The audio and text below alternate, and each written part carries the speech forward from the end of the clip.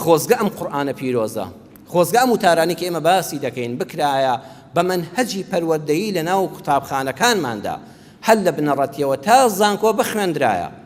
بەداخەوە جای وایە تەواتێک دەبیسترێ کابرایەکی ناحەزی دڵڕەش وەڵا کاکە دەرسی ئاین لە مەکتەبا نەبێ باشە، نەوەکو دەرسی پەروەردەی ئیسلامی تونند و تیژی لێ بکەوێتەوە، تیرۆر توخوا قسە هەیە لەمانە جوانتر بێ، ئەمانە بخوێندرێ. ئەمەی کە باسی دەکەین بە مەنهەج بوترێتەوە لە مەکتەبە، هەر لە مناڵیەوە لە بچووکیەوە مناڵەکە مامۆستا پێی بڵێ ئەم دەرسە ئاەتەکانی سوورەتی ئەشوڕا کەستەمت لێکرا چۆن مافی خۆت وەردەگریەوە بە نەرمونیانی چۆن پەنا بۆ شەرع و یاسا دەبەی.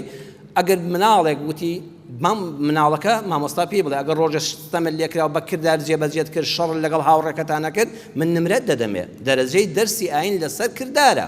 واللهی چەند ساڵێکی تر مناڵانێکمان بۆ پێدەگەنەوەی داهاتوو هەمووی بە سەبر بە تەحەمل ڕۆخۆش شەڕ و هەرا و پڕژان ڕوونادا.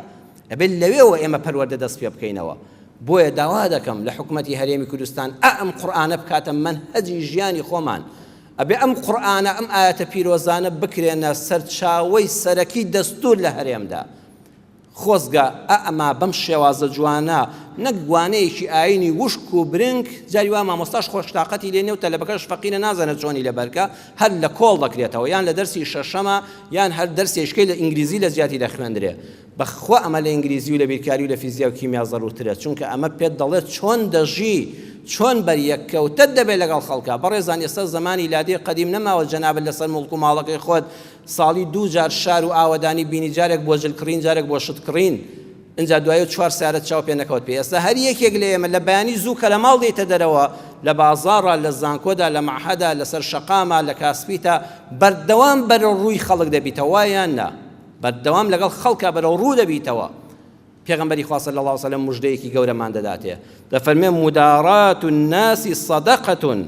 ئیمام ئیبن حیبان لە صحیحەکەیدا بە حەدیثێکی حەسەن هێناوێتی هەر کەسێک خۆی لە بەڵا لادا و خۆی بگونجێنێ لەگەڵ خەڵکا و چاوپۆشی لە خەڵک بکاو لەبەر بەڵا و موسیبەت ڕاکاو بەدەم خەڵکی نەزان و نەفامەوە بە زەردەخەنە و سەلامێک کۆتایی بە فیتنەکە بێنێ صدقة خوا هەمووی بە خێر و خێرات بۆ دەنووسێ. هەر کاتێک سەبرت گرت و لێخۆشبوونت نواند و خۆل لە بەڵا لادا واللهی وابزانە دەستت کردو بە جیفان تا پارەت کردو بەخێر. خوا ئەمەت هەموو بۆ لە تەرازوی چاکەکانی قیامەت تا دادەنێ. بەڕاستی مژدەیەکی گەورەیە.